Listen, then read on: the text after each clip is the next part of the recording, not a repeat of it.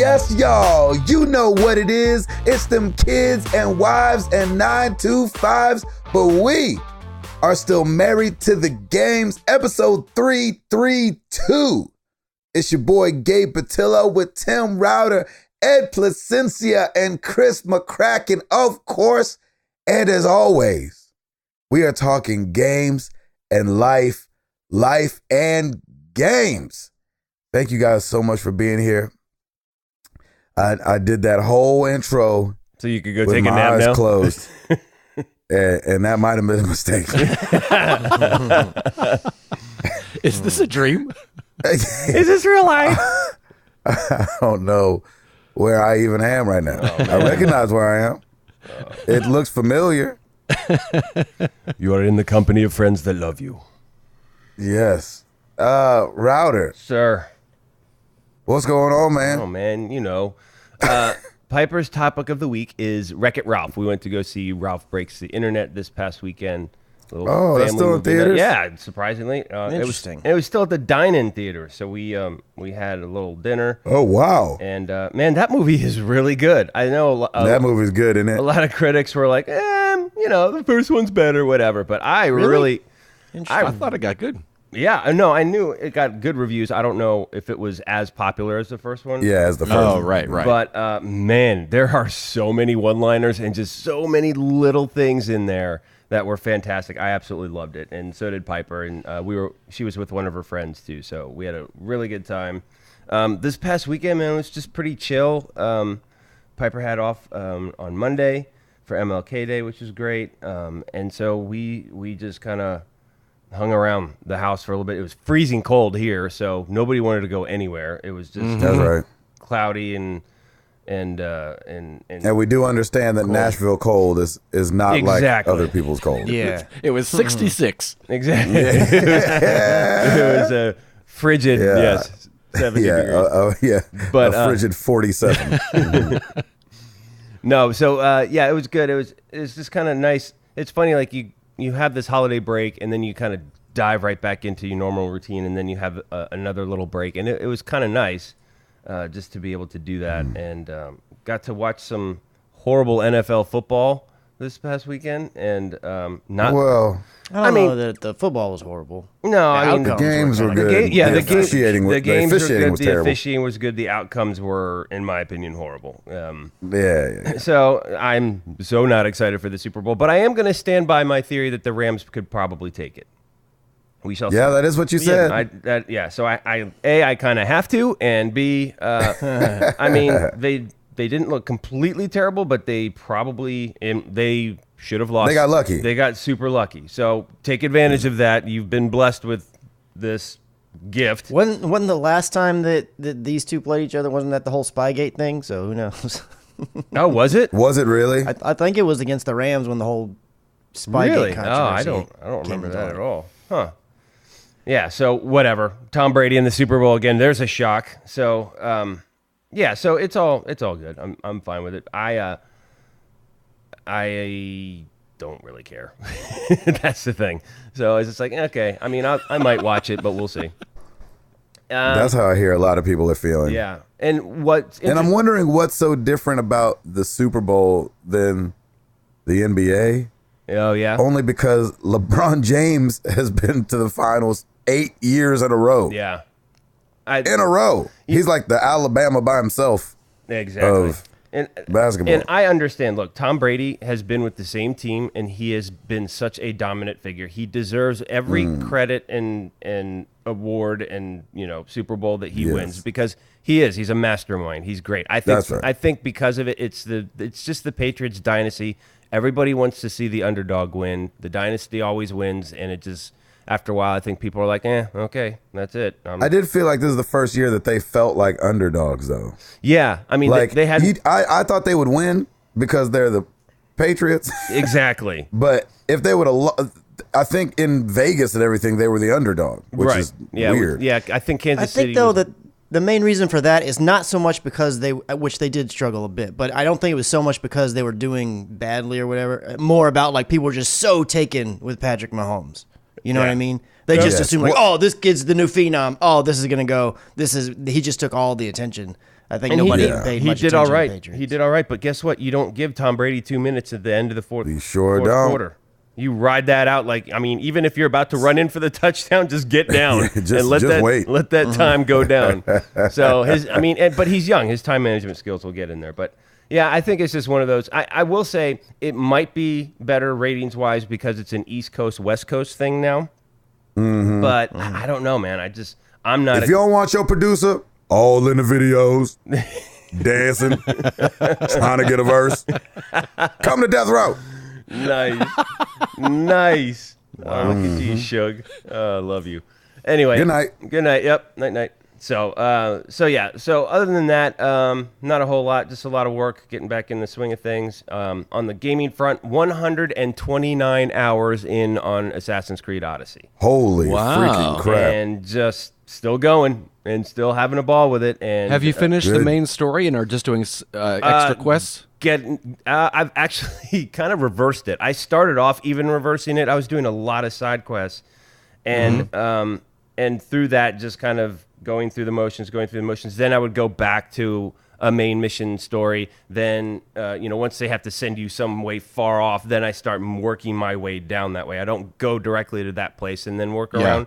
I was kind of working my way down. So, like I said, at this point, most of the trophies that I've needed that are like potential grind outs are already done. And so most of the trophies that I have are all hidden, which is all quest trophies. So now I'm not necessarily clearing out every place, but I'm hitting any mission or more significant mission to pop those trophies and get that kind of stuff. What about the cult stuff? Are you Almost focusing done in on any of that? Yeah, Almost done? I've got a few more to do, and I feel really. I mean, I'm very confident now. I've got legendary armor, legendary weapons. I've upgraded them to the hilt, so I haven't really died much at all, and I can just kind of plow through, any combat, which is great. So it's just still in that exploratory.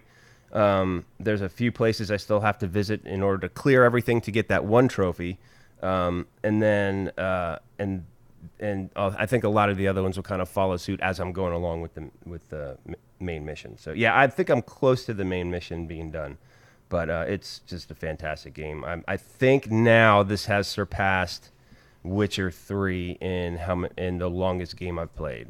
Wow. I think. Nice. Witcher might have been 135 or 140, but I'm pretty sure I might get there. We'll see. So. But yeah, this game. That's awesome. Yeah, I'm glad you like it. I do. Yeah. It's just one of those things. Like I started this back in early November or something like that, or even, and just I really am enjoying it. It's like I get up and Your favorite Assassin's Creed then? yeah, definitely. I mean, Nice. I still have a heart for Black Flag, but what I love about this is that it incorporates both of them. And I think they've definitely refined the naval combat a lot more too. But just that first time in Black Flag when you're doing all that stuff and just I being will say that pirate. the naval combat in this one, I mean, it feels, because it's so much further back from when the other one was, it does feel a little bit dumbed down in terms of there's not as many You're ways right. that you can attack and whatnot. Yeah, that's true. But some people really love that. Like it didn't turn me off by any means. I enjoyed the naval combat in Odyssey as well, but I do think I give the nod slightly more to Black Flag, just on the combat in particular, because I liked having more options. Yeah, of you're ways right. to You're right, attack because and they had mortars. Yeah. You could use the ball and chain to break the masts. you could attack from the front You could as attack- well as Yeah, ram. that's and right. you can't attack from the front at all, I don't think, in Odyssey. You can ram still. Yeah, and that was one of the first things that, like, my ship's fully upgraded too. I got that trophy, so my goal is just to try and ram them in half as much as possible, because you get the most damage out of it when you do that. I have heard from several people on Twitter, though, that were like, oh, well, I thought it was okay in Black Flag, but there's just a little too much to it, and this is more perfect for me. So there's a lot of people that feel the opposite compared to how but I that's a feel. great point, Chris. Yeah, I forgot about all the other ways that you could do it. So yeah, you're right. I think Flag gets the nod a little bit more. But yeah, this is definitely my favorite. I'm so Assassin's tired that all I can picture is a bunch of belly buttons fighting each other. Creed. Okay, there you have it. What in the All world? I'm hearing is naval combat. Hey. Oh my gosh. My brain can't Yeah. compute anything else than the first thing that's coming to mind. Well, you know where to find us. Yeah, go ahead. No, anyway. Put your belly buttons with swords. I don't understand. I know. Only go from the side. Golly. Oh, Lord. Yeah, but How does anyway. Any fight an Audi? I don't know. Nice. Anyway, that's it for me. Just loving this game, and I still have to. I'm gonna try and pick up Spider-Man next, and I think that will be my next game. So from one long epic saga to another. There you go. Chris McCracken. Yeah. Yeah. Just trying to get those belly button fights out of my head. right. Now. Yeah, Thanks so exactly. much. Hey, trust. That's what I'm saying. I've been trying to shake it that whole conversation. Okay. I think about a belly button throwing a ball and chain on somebody. Jeez. If I wish I could animate that, I'd make a little cartoon of you just while you're talking and just animate that. Have Right. a YouTube video. That'd be the goofiest You got to do thing the ever. slow-mo belly button fight. Yeah, belly button fight. Over here, things are going just slow and steady at work. Anyways, just kind of getting still back into the groove of things.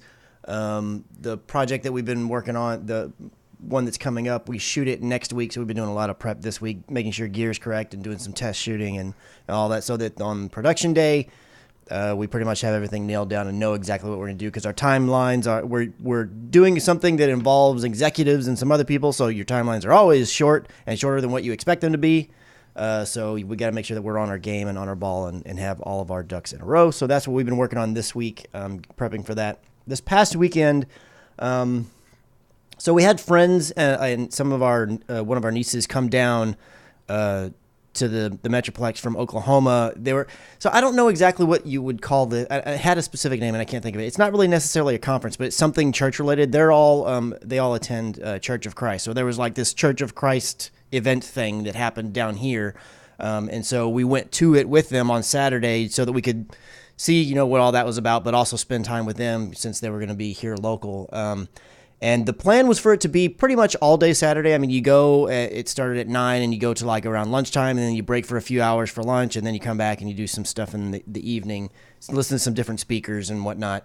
But actually, when we first got there, the whole first half of the session, pretty much, myself and our friend Steve, we just spent that whole time dealing with a flat tire on their van that they drove down. Oh, no. Yeah, so I mean, when I say dealing with it, what I mean is, like, we got the tire aired up with the little portable air that we had, and we drove it to the tire store, and then we sat there for the rest of the time because we had to wait in the line. We weren't out there like messing with it ourselves the whole time. Okay.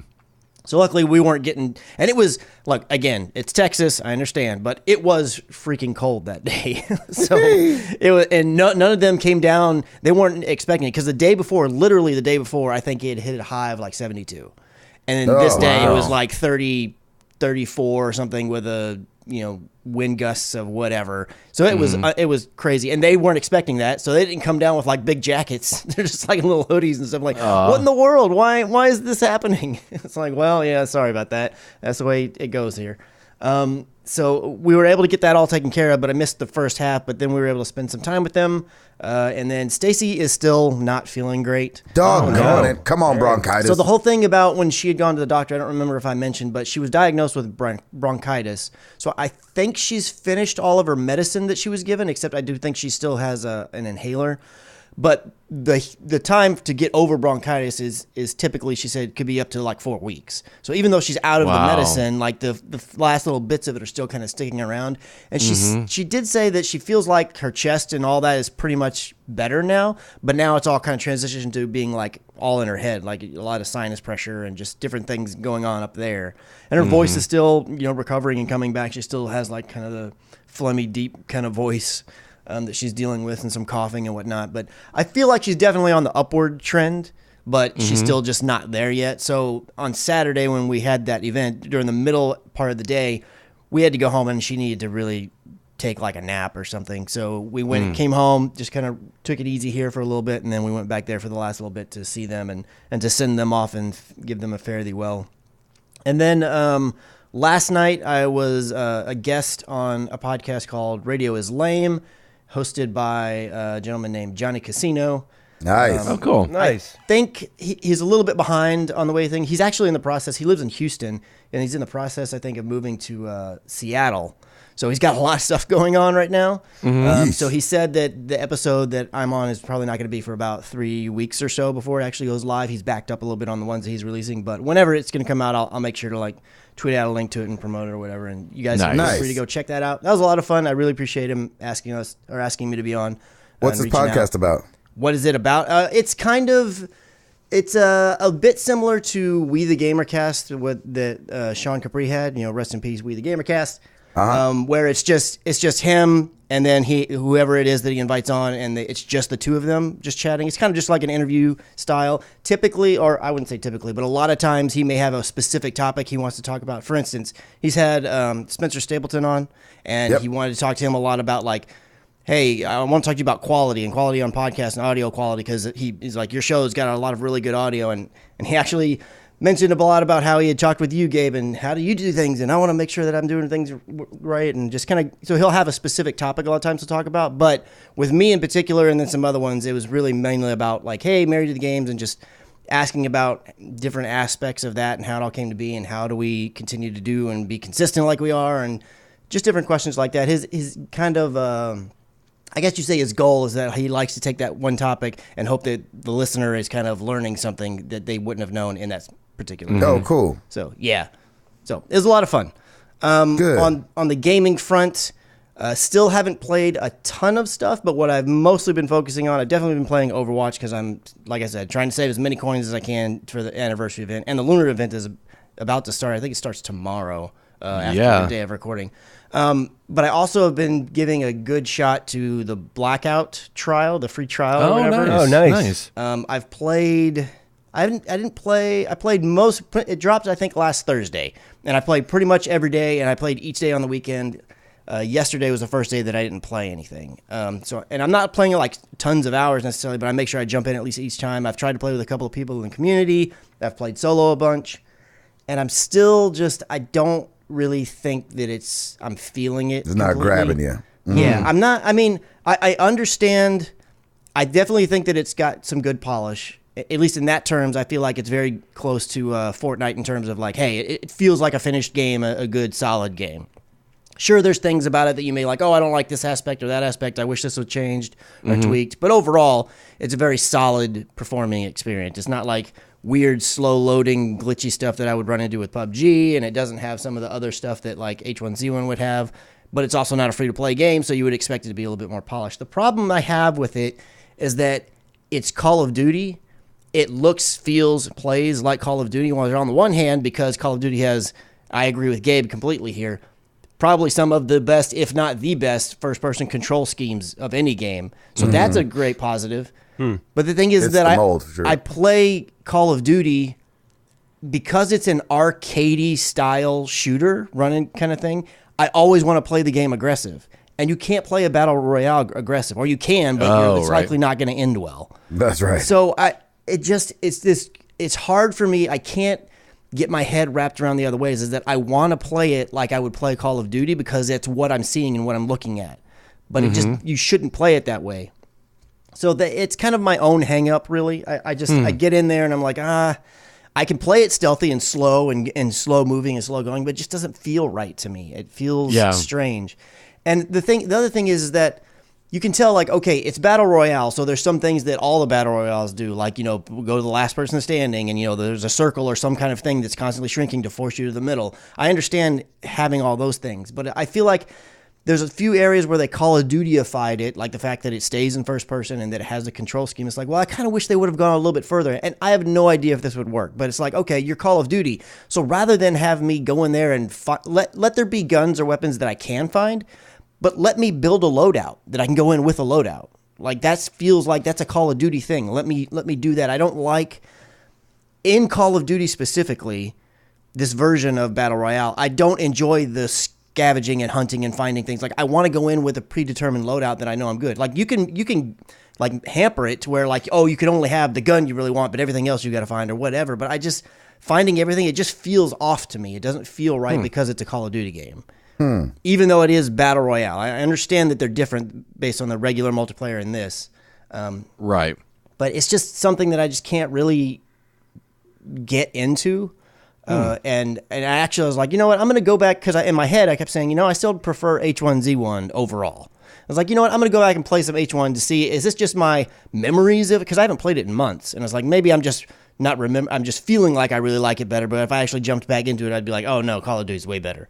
And I had a lot of fun with H1Z1 again. So I still feel like that's the one that I prefer the most out of them all, even though I wouldn't say it's the most polished of all the experiences, but it's still pretty dang good. Yeah. So, and it's free to play. So I don't think I'm going to be purchasing the game. Maybe I always keep my eye on a sale. Right now on digitally, it's on sale during this trial for like $38 or something like that.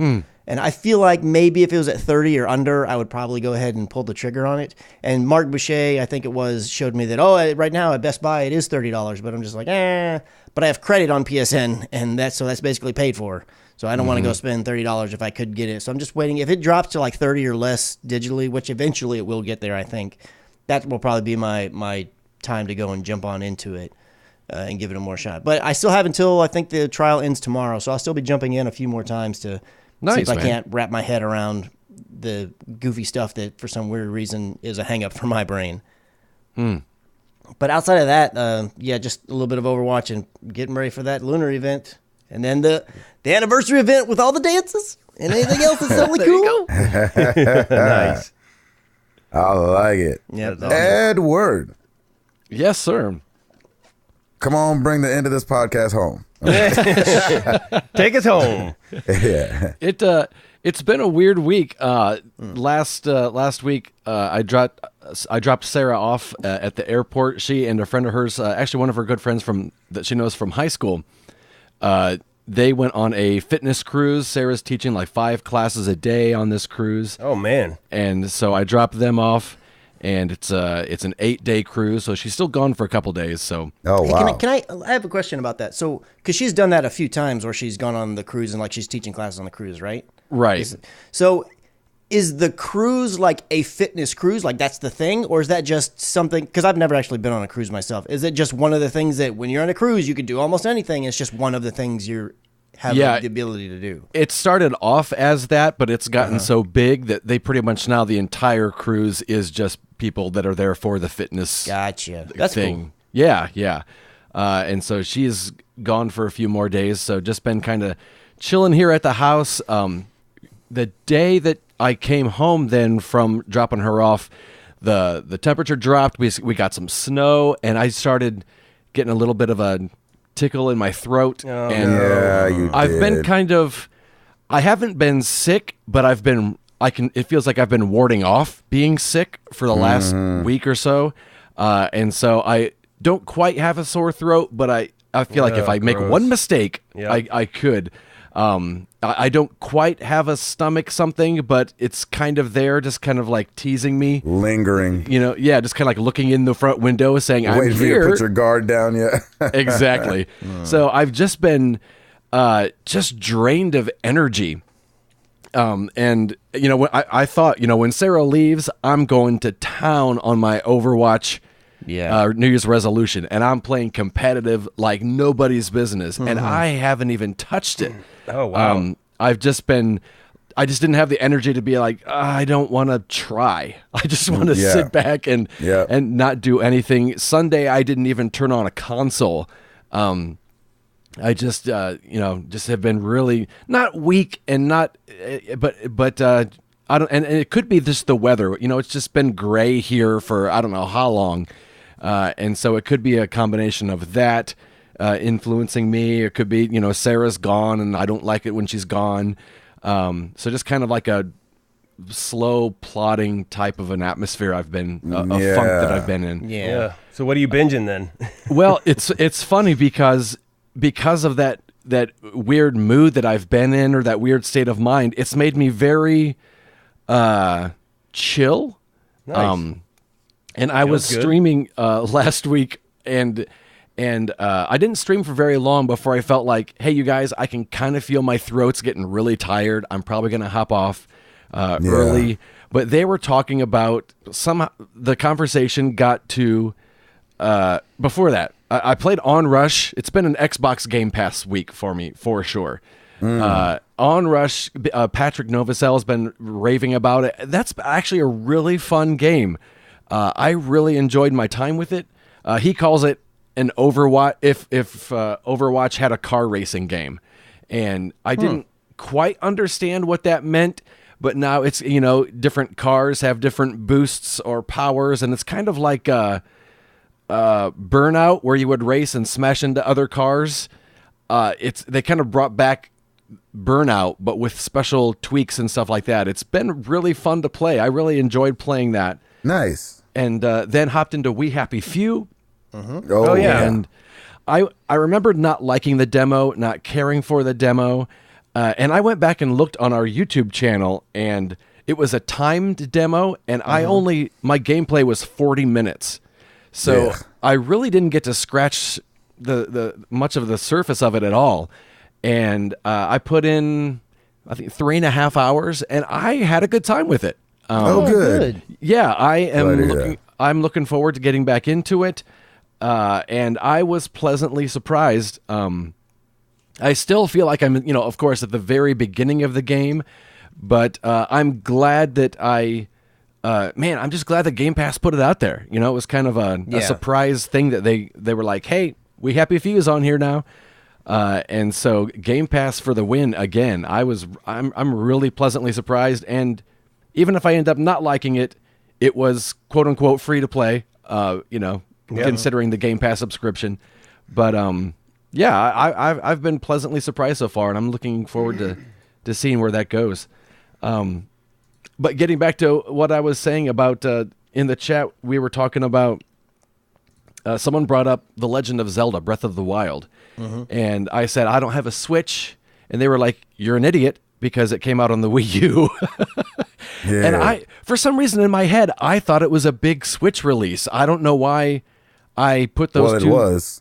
It came out on both, but the push was because you got to remember it was a launch title for the Switch. Yeah, and that's okay. The thing play it on Switch because the Switch is brand new and it's out. Okay, if I remember right, Drew in part of our community, that's how he played it, was on the Wii U, and I remember he telling me, he's like, yeah, I don't have a Switch, but I do have a Wii U, so I'm playing it there. I was like, oh yeah, I totally forgot. Yeah, it was such a big push on the Switch. In my head, it was like their launch title, but it didn't come out on anything else, just the Switch. And I was just in this state of, you know what? I've always poo-pooed it. I've always said I don't want to give it a shot, but I was just feeling super chill. And I was like, I've got a Wii U still, and let's take it for a spin. Oh, snap. And, nice. and I felt like I was going into it with a good attitude. I wasn't going in, this is going to suck. I was you can't do that. Genuinely wanting to play it. They were like, you don't have to be like a big Zelda fan or know much about it to enjoy it. It's open world, and the Nintendo Network or whatever it's called, that thing is run by hamsters on wheels, because that took forever to download. Yeah, I'm sure, especially on the Wii U side. Yes, I don't feel like it ever got, from what I heard, anyways. Exactly, and the longer it took to download, the more excited I found myself to play, and I was man, I really want to. I'm happy to play this. I want to give it a shot. I want to give it a fair shot, and I played it, and I was enjoying myself, and boy, I got really bored. Nice, God. Man, and I felt I really gave it a good shot. I just checked this morning, they've got the daily logs. You can see how long you've played a game. I put in over 10 hours. Oh, wow. And it's an open world game, but it's kind of like, you fight a lot of these red monsters. Yeah. And, you fight a lot of red monsters as you're wandering around. Man, doggone it. And to me, at least, they're not fun enough to fight to warrant how many times you have to fight these red monsters. They're everywhere. And it's kind of like if you took Assassin's Creed or you took Red Dead, that open worldness, and took everything out but a cougar every 10 yards. And you got to fight another cougar. And I wasn't mad. It just, I don't know. Ed, you can fight the red monster with a sword. Then you can fight them by climbing a tree and throwing a berry at it. Or then you can do, that's the joy of it, is that you can do almost any way under the sun that you can imagine. That's how you can do it. That's what I've been told. So maybe you need to explore more. I don't know. Maybe I do. Maybe I didn't even know you could climb a tree and throw stuff at it. I feel like that's a thing I've heard you could do. Gabe, Wow. is that accurate? I don't remember that. I don't know. All I ever heard from everybody who played it was that almost anything you think of, you can actually do in that way of doing that. So I always just thought, oh, well, that's how you keep the interest train rolling, by doing things differently. That could be it. Maybe. Another thing that for me was, it is a huge map, and I did find a horse one time and rode it, but he after I got off, he didn't stick around. So I have been walking everywhere. Oh, you can't. There's not like a whistle and they come back or something. They didn't tell me if there was. Okay, gotcha. So, there are fast travels that they have, but it's a huge map to walk to get to and unlock a fast travel. Ginormous. Yeah. And it's not interesting enough, for me at least, to warrant all the walking again. The walking didn't pay off. So I have one other question, and I don't know, maybe 10 hours is not enough time to get to a point where you could do this, but what about, I think there's 4 of them, the big major like boss. He wouldn't even be close to that. Oh, he wouldn't? Okay. Yeah, never mind. They've popped in, I've unlocked all of the runes, and I can see on the map where they are, but I'm like, wow, that's a long way to walk. What about any of the shrine things? Were you able to do any of those things? I hear I've done a lot few of those. Yeah, I did quite a few of those. That's how you fast travels. Through the shrines. Oh, okay. Yeah. Well, did you enjoy those, or at least I some did? of the Yeah, ones they're fun puzzles when you get there. I like a good puzzle, and I enjoyed that. It's just the getting to, and coming right off of Red Dead, where the journey is so half alive, of the fun. yeah. The journey is not part of the fun for me in this one. No. Interesting. Okay, no, I like Red Dead. I want to know what these red guys are. They're just these little pig-nosed looking things. kind of piggy monster type of a thing or whatever. I gotcha. But there's a lot of them in there. but yeah, and again, and it's just, I walked away from it thinking it's just a game that didn't click with me. I can't say it's a bad game. It's just not my type of a game for whatever reason. So, but I'm glad that I gave it a shot, and I'm glad that I tried it. And absolutely, man. And, so you're done, is what you're saying? I think I might be done. We'll see. Maybe another rainy day will hit, and I'll feel up to tackling it again.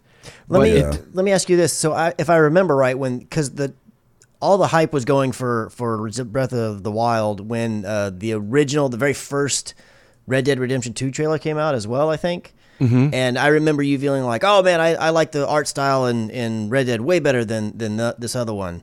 But I've always kind of enjoyed the look of the Zelda Breath of the Wild, the aesthetic of it. Is it cool? Like when you're in there, does it look pretty cool? And did you enjoy that when you were in there? Or yeah, it's cool. I think it's a cool art style. I liked it. Gotcha. Yeah, it's fun to look at for sure. It was a nice change from the hyper detail of Red Dead to the kind of like the almost like cell animation, not exactly, but sort of similar style. Yeah, I get what you're saying. Leaning. Okay, cool. Yeah, but yeah, it was nice. It didn't put me in a bad mood when I stopped. I stayed in that I just want to give it a shot type of a mode, and so I restarted Assassin's Creed Odyssey. Oh, nice. I love you. That's amazing. And said, you know what? I struggled with this game. I knew what I didn't like about the leveling up system, and so I felt I was armed to go in again. I knew there was going to be a boar that was really hard to fight. Freaking boar. And so I decided, you know what? The boar, if it's at level 13, even if I get to level 13, I'm going to wait till I'm at level 15 and then go fight the boar. And that's kind of how I've approached it. Now, bear in mind, I didn't game at all on Sunday. I didn't touch a console. Wow. Yeah. I've put in over 10 hours on Zelda, and I just checked this morning, Assassin's Creed over 24. Oh my gosh. That's amazing. I love you, Ed. That's incredible. And I put in a lot of hours the first time around. I've passed where I was the first time. Oh, so you restarted? I restarted from the get-go. Okay. I thought you just picked it up from where you had left. Okay. No. I got you. I restarted, and the first time I didn't even get to the cult part of it. I had just come shy of it Gotcha. because when I reached it, and I really like that aspect of it. I'm enjoying. I mean, obviously, I'm enjoying it. I'm having a good time, and it's one of these games that. Because I'm still just kind of almost feeling blah and under the weather, but it's just the right speed for me to just, it's not like I'm not tensed up or anything. Yeah, you're not in a rush, that's for sure. Yeah. And I've just been, I like that I can pick a waypoint and tell my horse to go there. And if it's way far away, I can do that, go put on some hot water for some tea or something and come back. And I've actually really enjoyed my return to Odyssey. Love that, man. It is funny. There are a lot of, because I'm restarting it. I'm like, okay, I think this is the part where we do. Oh no, that was Origins. I'm still getting the two confused. Yeah. But it's been fun, and I really wanted to. I really respected how Chris went into Red Dead with, I don't think I'm going to like it, but I really want to give it a shot. And Chris, you've kind of been my inspiration this weekend, where I want to have that same attitude with games, and I might not like it, but I really want to give them a fair shot. So, Chris, I just want to say, try. Yep. Yeah. So, Chris, thank you you've inspired a mindset of just wanting to try stuff. And again, maybe it's because I'm ill. But mostly because I'm sick. Something else, I may be completely wrong on this, because I still plan to go back to Odyssey, and I've not, but I've been focusing on these other things. But I feel like I caught whim of a little story. You know how I had mentioned how they had brought in to where like you could equip whatever piece of armor is the strongest, but you could make it look like a different piece of armor. And they've been making little quality of life changes like that. Yeah. I think I heard on, either it was on another podcast or I briefly read in a little article or something. I think they changed it to where you can go in the settings, and you know how like you would go to a camp or an outpost and everybody would be a certain level. So you would go level up some more and you'd come back thinking, oh, I'm going to really take down this camp. And they'd have leveled up as well. Yes. I think you can turn that off or reduce that or something now. I found that in the menu, and it wouldn't let me select it. And I don't know. Interesting. I wonder if that's a post-game.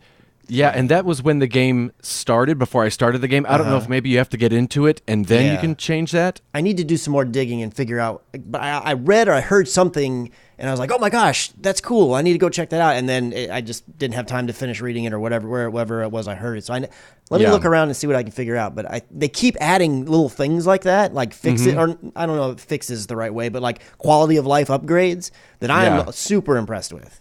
Yeah. Okay, so cool. It's been fun. Nice. Yeah. Playing as Cassandra again, or because that's who you were the first time, right? Yeah, playing as Cassandra again. Gotcha. I'm reading all of because I'm not streaming it. I'm reading everything, all the text. When I went out of the Animus, I was reading all the emails and everything, and it's I've really enjoyed the backstory that they put in there. So it's been nice. Nice, man. That's awesome. Yeah, it's really great, man. I'm so happy. It's so cool. Yeah, it's been a good week. Gabe's asleep. Gabe? Yeah. He's still dreaming about those belly buttons. Still with us, brother? How those navels going? You guys are doing great. I was just let y'all take it from here. All right, we got this, brother. Take a nap. Yeah, man. Rehearsals, baby. Yeah. That's all we've been doing, these long days of rehearsal. It's good. You know, we're implementing a lot of new things. You know, what's so hard about working so hard in this arena is that nobody will tell the difference. And so, you know, to us, songs like Feel It and Everything and Made to Love and City on Our Knees are really different. Yeah. But as the concert goer, I think they're going to be like, yeah, they did that song. Where to us, we're like, I know, but then we cut out this section and added this section and we're doing more horn stuff. And they're like, right. But last time I saw it, you played some horns. So you played some horns this time too. You know what I mean? Yeah. So, you know. I'll be the judge of that. I've seen Yes, the show. exactly right. Yeah, that's right. Chris McCracken let us know. So the opening is very different. We're really excited about the opening of the show and things like that. We leave on Sunday night for, I think we're starting in like somewhere random, like Alexandria, Louisiana or something. Sweet. And so, right. And so, yeah, I think we're just chomping at the bit to get it in front of people because you can rehearse as much as you want. Yeah. But until the people get to see it and react to it, then you're just guessing. Mm-hmm. You know what I'm saying? Everything you do is for the concert goer. And so if they like it or don't like it, you really don't know until they like it or don't like it and respond with, and you feel it in the room and you're like, ooh, okay, not doing that tomorrow. Somebody write that down. We're not doing that tomorrow. Right. So, yeah, man, just the, same, these long days, I was telling Chris before we got on here, yesterday was another, was a 14-hour day or something. Ooh. I got out of there around 1:00, downtown, got there at 10 in the morning, left at 1:00. So, AM. And so, everything's blurry. Yeah. You know what I mean? Nothing's quite in focus. I don't know if I'm going to start crying just randomly. If I see anything too sad or too happy, either way, I'll start crying. Yeah. That tired. But glad and blessed to be doing it. Glad, obviously know that I have one of the best jobs on the planet. And so gaming wise, man, it's been a big fat goose egg on that. Really? No, really. I got to jump in really quick with Chris and do some Blackout the other night, but still, it was only for 20 minutes, wasn't it, Chris? Yeah, it was real quick. Rounds. Yeah. Yeah, it was like where you're like, if I knew it was going to end up being that fast, you almost just don't know if it's worth it. I hate turning my console on only playing for 15 minutes. Yeah. It's a pet peeve of mine. And you knew that was going to happen, right? It was one of those. No, I don't think I knew that it was going to be that quick. I don't remember if Jenny called for dinner. I don't remember what was going on. I think maybe we started late and I was like, I got to go to bed or something just because these days have been so long. But yeah, I mean, that's been in on the gaming side, just Clash Royale and staring at it on the counter or staring at it in the bookshelf wherever I have my stuff set up. So I'm gonna start tearing it down here in the next couple days to take it on the road. So that's exciting and scary, and it's gonna be first time taking PSVR on the road, and it's one of those things where I love it so much. If somebody doesn't love it, I'm be offended. I'm like, how dare you? Beat Saber is amazing. I don't like it. They're gonna love it. That's amazing. Are you getting one of those little travel case backpack looky thingies for it? Probably not. I have a separate suitcase that I take all my gaming stuff in. Okay, so I'll probably do that and lace it up with t-shirts and things like that and take that on the road. So makes sense. And then I have this little stand that the PSVR will live on. I'll probably take that on the road. Very nice. To keep things charged up. Yeah, man. So boring over here. Sorry about it. It's all right, man. And I'm exhausted. It's all right. I don't know if I mentioned that or if you could tell. you may have said something about that. Yeah. How about it? Yeah. And I feel like when I get into rehearsal time, I just feel like I sound different. And that's really weird. I feel without having to say it, I sound tired. And that's weird. That's just because you're singing all day. You're singing and playing the trumpet. Right. All day long, and it's not till you go to do something the next day that you're like, ooh, my voice is worn out from yesterday. Mm-hmm. Yeah. I was going to say, but you were just singing for 12 hours in one day, and you can come right back. You can come right back and do that, so that's pretty impressive. Well, it's a muscle we work. I was going to say, and that's the thing is, it is a muscle. So if you work that muscle for so long, it's going to be sore the next day. Exactly. That's right. All right. Router. Yes, sir. You got it? I got it. Well, let's do it!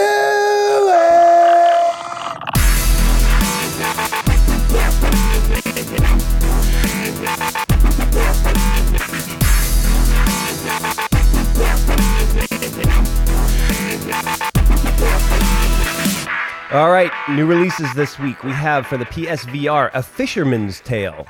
We have The Council, the complete edition for the PS4 and Xbox One. Future Grind for the PC, PS4, and Switch. The Raven Remastered for the Switch. We got some DLC for Shadow of the Tomb Raider, The Nightmare for the PC, PS4, and Xbox One. Life is Strange 2 Episode 2 Rules for the PC, PS4, and Xbox One. My Memory of Us for the Switch. Piku Niku for the PC and Switch. And, of course, the big wig this week, Resident Evil 2 remake. Remake.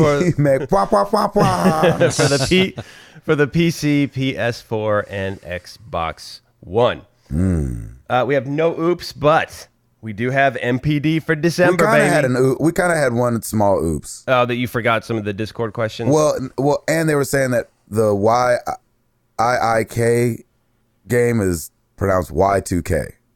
Oh. Instead of Yiik, like you did. Oh, I said Yiik, didn't I? Yes, you did. You know what? I totally would have thought it was that too. Y2K was so long ago, I totally forgot that was a thing. Yeah, exactly. I believe they're 2000 and late. But, Yes. oh my That's gosh, awesome. That's so funny. That's good. All right, well, Yiik. Here we go, Yiik. All right, MPD. We have it for December. This is for U.S. stores. Overall, gamers spent $3.4 billion on video game software, hardware, and accessories, which is only a 2% year-over-year increase from last year.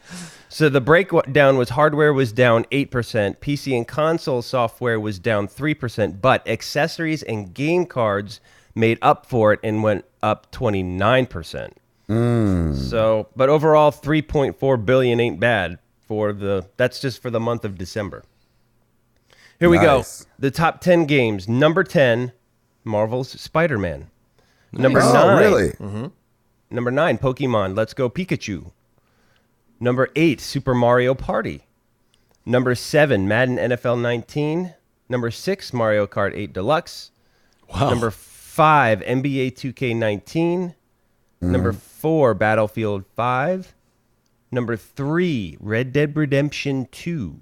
Number 2, Call of Duty Black Ops 4. The number 1 game, Super Smash Brothers Ultimate. Oh, yeah. That makes sense. December was a big month for Nintendo. 7 of the top 20 games are exclusive to Nintendo systems, which is significantly more than any other publisher.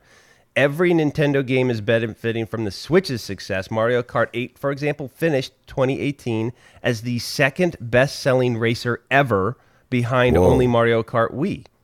Whoa. Nintendo generated more revenue than any other game publisher for the first time since 2009. Red Dead sales are still in the category of their own. It was still it was the best-selling game of all of 2018. Call of Duty also continues to kind of do its chug along. Black Ops 4 is the third best-selling game of December, and it finishes the year as the second best-selling title of 2018. Golly. And 2018 marks the 10th consecutive year that Call of Duty is the best-selling video game franchise of the year. That's Lord insane. have mercy. That's Wow. Yes. And NBA 2K19, yeah, right? What a failure. What a failure. Saith the Activision. Fire them all. They're doing something terrible over there. NBA. You know what's funny? When you were talking about that last week, Chris, just like his Inside Baseball, that's exactly how they looked at Alanis Morissette's sophomore album. Right? Oh, Like yeah? the first one came out and sold 36 million copies or something crazy. And then right, I her remember. sophomore one came out and sold like 15 million. They're like, oh, well, what are we supposed to do with this now? I know. They called it the sophomore 15 slump for million? her. Yeah. They called it the sophomore slump for her. I'm like, are you kidding? 15 million ain't bad. You try it. Right? Exactly. Anybody try Isn't it. it Exactly. Yeah. Don't you think? Oh, look at that, man. Even in the morning, we're on point like that. Come on now. I love it. What up, it? That was perfect. What up, it? What up, You'll know It? what that means later. Yeah. NBA 2K19 just hit its third consecutive year as the top-selling sports game. So there's all kinds of powerhouses in here. So switching on to hardware, Nintendo Switch sales are off the chart. The system was the best-selling gaming console in the United States in December and for all of 2018. Wow. According to Switch? MPT. The Switch Switch. sold well throughout the year, but the release of Super Smash Ultimate gave it a massive boost to close out the last month. Congratulations to the Switch. That's amazing. Yeah. Congrats to Nintendo. That's a huge month for you. And so, yeah, it's Gabe, going to you've be been great. playing Smash Brothers, right? Oh yeah, man. Yeah, Loving it. you have, which I don't know how long it takes, but have you unlocked all the characters, or is that still okay? They're all unlocked. Yeah, Gotcha. baby. That's awesome. They've been unlocked. Oh yeah, so it doesn't take crazy long to unlock because isn't there something like 50 characters or something crazy? 50. Is that not? Is that more? I think it's 71 or something crazy. Excuse me, I was below. Shoot. Yeah. It's to me, it wasn't. I was having so much fun playing the game.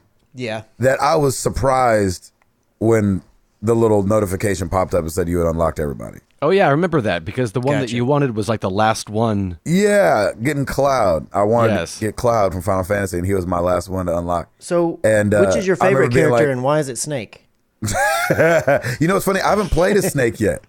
No. I want to play as Snake. I always, because the problem with there being 70 characters in the game is that you forget who you've unlocked as you go on. And so I was playing, and he popped up as an opponent, and I was like, oh, I need to play as Snake. And then Remy, I think, has been playing it ever since. So, I haven't gotten back around to it. But I do want to play as Snake, but it's Cloud right now. Is there a formula that like helps guide you as to what you unlock, or is it just random after a victory you unlock something? You know, it's like after every couple of games, they'll be like, a new opponent has, shown up. And then you have to beat them for them to join the roster. Got it. So, but it's not like after every game. No, it's like after every couple games. Yeah. And you have to win those games? That's right. Yeah. Gotcha. But then there is a place that I was saying in the Games and More area where you can go and play the ones that have beaten you before. And if they beat you again, then they kind of disappear for a couple hours and then maybe come back, later in the day or the next day, and you can fight them again. So that helped when it came to unlocking people, but I don't know, man. I was having so much fun with it. I was like, oh, cool, I've unlocked everybody. All right, well, let's keep playing. You know what I mean? Yeah, right? Just keep plowing through. But man, the depth of that game is ridiculous. Like, the button scheme is actually extremely simple. You have like a jump button, a block button, a punch button, and like a special button kind of where you can do this, just like a secondary attack. Yep. Yeah. And that's like it. And then there's one button that has like a combination of two buttons so you can grab somebody easier and throw them. But like to see some people play it, you would think there was 85 different buttons you could press. And so I think that's where it wins, is that it is easy to pick up and button mash, but there's a whole nother depth to it that's pretty impressive. So I'm glad to own it. Yeah. Nice, man. Well, that's it for MPD, and that is it for me. Back to you, gentlemen. Chris McCracken. Yes. Okay. Can you tell me about it? Please tell me about it. I'll tell you all about it. Okay. This past weekend, on January 19th, down in Mexico, they had an event called the Race of Champions. Doggone the Race of Champions. Oh, is this one of your stories? Nothing. No, go ahead. Okay. Nope. All right, well, carry on. You got it. Anyways, the Race of Champions, it's basically a car racing event where they kind of pit some of the best drivers from all kinds of different motorsport disciplines, and they come together and they compete against each other, just like a little friendly competition thing. I do think there is money that you can win from the event, but it's mostly just for fun to pit these different disciplines together. But there was this gentleman, he's a 23-year-old, his name was Enzo Benito. I hope I'm saying these names correctly. He went up against a racer named Lucas DeGrassi, who is an ex-Formula E and Formula 1 driver, and he beat him by like a second or a half a second. Half a second, yeah. Yeah, half a second. But the reason that that's so cool is because Enzo Benito, he is an esports racer. Yeah. So he learned how to race cars from video games. And he's part of an esports league. Yeah. Now, I'm sure he's driven a real car before, but this is one of the first times he's ever competed in a real car. Yeah. Having cut his teeth from racing I think he's a part of the team that's in the iRacing league. And so that's amazing. Crazy. Yeah. So then there's video of it, and you can see the announcers talking, whatever, and they're just kind of like, oh wait, he just got beat. He just lost to the esports guy. Well, and they're kind of like stunned about it. Here's what's crazy about it is, like, if you know anything about racing, it's just like this short track that they're kind of going around, right? And then halfway, it's got all these different turns, and twist stuff. and turns. Yeah, it's very twist and turny. And halfway through the race, their times come up to see, how they're doing. And Degrassi was beating him by a little bit over like a second, and I think it was like 1.7 seconds. He was ahead of him. They were like, oh yeah, well, Degrassi's ahead of him 1.7 seconds. That's pretty far for this short track. And then for Benito to come back and win it by half a second. That's amazing. Wow. He shows how Made much up a time. lot of ground. Oh my gosh, he made up an incredible amount of time in just that short track. And and the guys, you're right, Chris, they're stunned. They're like, Benito won. You know what I'm saying? Like, funny. they don't even know what to say about it. Yeah. It's kind of nuts. And I showed this to the guy at my office that does all the sim racing, because I think iRacing is the league that him and his team like race in. And he was like, oh yeah, man, that was such a cool story. And I asked him if he had seen it, and so we just kind of got to chat a little bit about it. But that was just, I love seeing stuff like that. That's so crazy to me whenever you see something that, and sports not sports, but in the racing in particular is one of the ones where it's like, because a lot of those games, like the ones in the iRacing, their simulation is so simulation heavy. Like, it's not just, it's like the way the tires wear down, the way that the camber is done, the way that the brakes are adjusted. Like, you have to adjust all that. So you basically are learning everything except for the actual physical act of what it feels like to be on the road. Yeah, with the G-force. But you have all the other things. Crazy. Yeah. But it is. It's kind of nuts. This the Benito kid, he races in like those pods. Like, I don't want you guys thinking that he's playing with an Xbox He's not mouse controller. and keyboard. Yeah. He's got like right. the wheel and the car and the foot pedals and all that kinds of stuff. That's right. Yeah. That's how he races. So, it makes a little bit more sense more than like the kid that, plays on mouse and keyboard or controller and then goes out and beats a Formula One racer. Right. Yeah, exactly. I did this on my Xbox. Exactly. So these guys jacked me up a little bit, man. The Jump Force open beta was this last week. And I was so excited, and I'm at rehearsal, and I downloaded on my PS4, so I'll be ready for when I get home. And I knew I was going to miss the first 2 sessions because of rehearsal, but there was a chance that I was going to be able to play on Sunday. And I don't know if they just weren't ready for it, but the beta goes awful server-wise, and people can't play, and they keep getting kicked.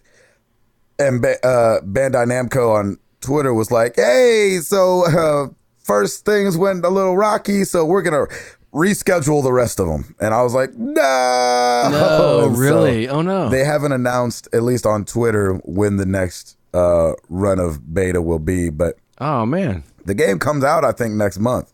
And so we're going to need them to come on with it and get right. Jeez. So we'll see what happens. But I was so looking forward to playing Jump Force. Again, I'm not really a fighting guy when it comes to gaming.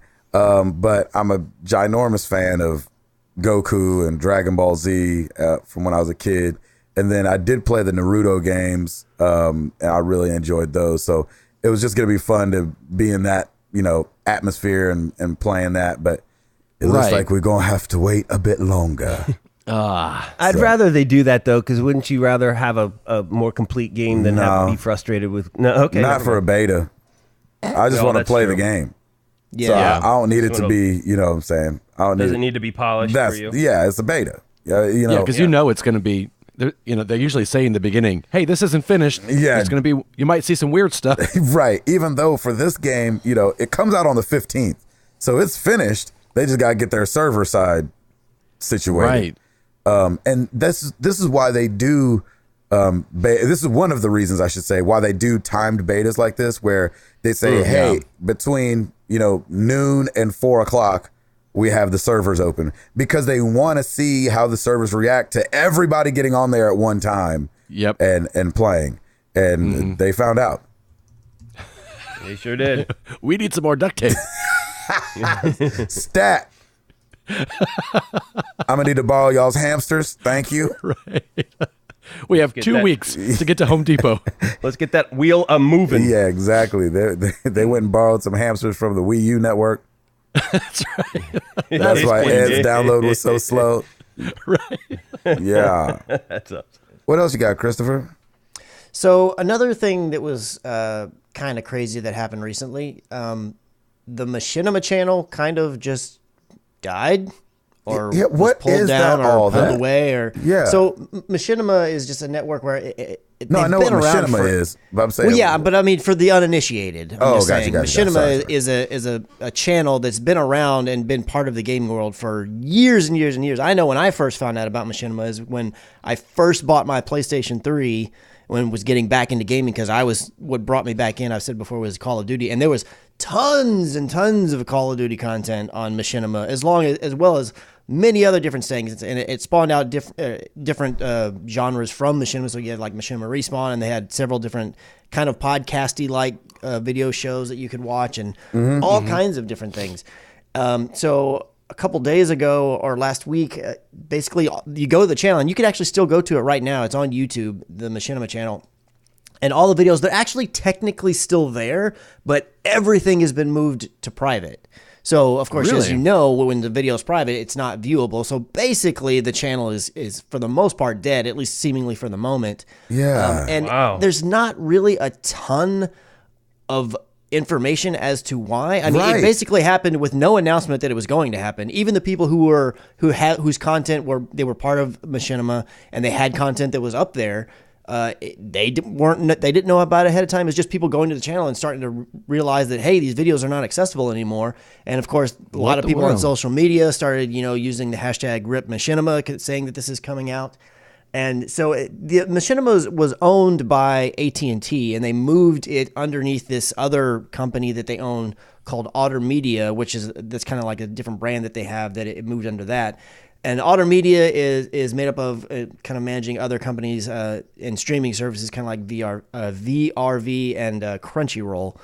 And so they just kind of, it's like, they're just trying to figure out what it is that they want to do with it. Now, there has been a little bit of information that's come out. So the Otter Media gave a statement to Kotaku, and that basically what it said was, quote, we're focused on creating new content with the Machinima team, which will be distributed to new channels to be announced in the upcoming months. In the meantime, Machinima network of creator channels continues to showcase the talents of the network. As part of the focus on new content, we have pivoted from distributing content on a handful of legacy operated channels. So again, this statement came out like way after all this had happened. Right. And that still really doesn't tell you anything. I feel like you saw tweets like coming out slowly that were like, wow, so 7.5 years of hard work just gone, huh? And then like screenshots of like how, video after video after video wasn't available and nobody knew what was going on. It was so weird. Yeah, and there's even tweets that have been coming out from various people, like Gabe was saying, and then one of them in particular said, it's so weird that now I'm going to be part of the generation of people that says, remember Machinima? And that's kind of crazy because I'm in the same boat as this person that wrote this, because it's like, wow, Machinima's just always been there. Ever since I got back into gaming, it's just been a staple. You know what I mean? And so it's just so crazy that they would just pull it all away. I guess technically it's still there because they're just made to private. So they could all be turned right back on and made live again. And I feel like my gut tells me it's somewhere down the road that's going to happen. But then again, you don't know. I mean, like, why would, if they really didn't care at all, or like, oh, we're just going to do hard pivot and all this is done, we want nothing to do with it, you'd think they would just delete it. But they haven't done that. So there's some hope that these videos will come back, because a lot of that stuff is great content that you could go back and view, like, just that's what I'm for saying. memory's sake. That's what I'm saying. Taking it down is what didn't make any sense to me. I was like, don't you just put something up and leave it? Like, I've got to have a video up there that I'm like, oh, why is that still up there, but don't have the password to that email, so it's just going to live on YouTube for forever. Exactly. I mean, Machinima has 12 million subscribers, and a lot of those videos, even though they're years and years old, still get views. You can still make money off them. Like, why would you? I don't understand. Yeah, I didn't get it either. And I'm really hoping that they'll come out and give further clarity as to what exactly is going on. I'm assuming they have some kind of plan, but that doesn't mean it's a good plan. So yeah, exactly. We'll just have to wait and see what ends up happening. But it was still kind of one of those scratch your head, like, wow, I can't believe that happened kind of things. Totally agree. Well, I've got a little bit of good news I wanted to share. Woo. Oh, nice. Oh, all right. Last week, me and Ed announced some winners for the games we gave away games for those that donated to our Extra Life campaign. One of those people was Chad and Jen Fackler, super listener Chad. So he hits us up. He says, just heard we won a game. Thank you. Can you do us a favor? If you have a local children's hospital you work with, oh, come on, maybe donate it to them for us. If they could use it, or a Ronald McDonald House or someone like that, let us know. What? That's amazing. That's awesome. What? Amazing. I'm just going to be completely transparent here. If I won a game, I'll be getting the game. Right. I know, right? The other winners are like, oh. Yeah, I wouldn't have even thought of this. And so, listen, Josh Stapleton is also a person that has pushed us in that direction before and totally floored me with his heart for others. And so, Chad and Jen, I wanted to give you guys a shout out because that's really cool. Absolutely. And I already hit Lydia up, and she's going to be doing some digging for us over at Monroe Carroll, the people that I play Extra Life for. And we'll get some games over there. And this is not the first time our community's done this. Remember when Josh stepped up at episode 200 and said, man, I think this community would want to give, you guys gave. And we did to the same hospital we gave 33 games to a couple years back. And so it just goes to show I want to just be able to brag on my family and say, yeah, man, hey, but look at these guys and gals over here. You know what I'm saying? That's awesome. Whenever something negative comes up, we have you guys to point to and say, look, it's not all negative. And so thank you guys for being that. That's Definitely. amazing. So great. That is so awesome. Christopher? Yeah, I'm out, man. We're gonna end on that awesome note right there. You like that? Mm-hmm. Me too. Edward, what do you got? Yes, sir.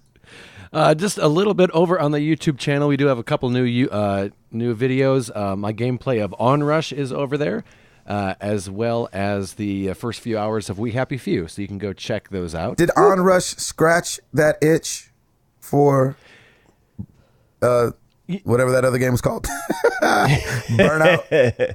It did. It did? Really did. Does it have a Crash version? No, they knew better. They were like, let's just stick with what's cool. Let's not ruin Crash as well. Doggone it. I downloaded Onrush. I'm gonna give it a shot. I'm more interested even now.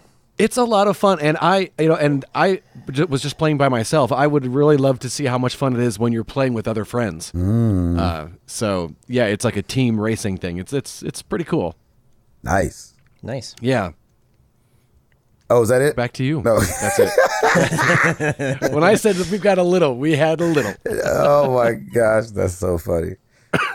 Well, every week we ask you guys a question. Last week was no different. We said, with so many forms of entertainment out there, why have you chosen video games to be one of your main ones?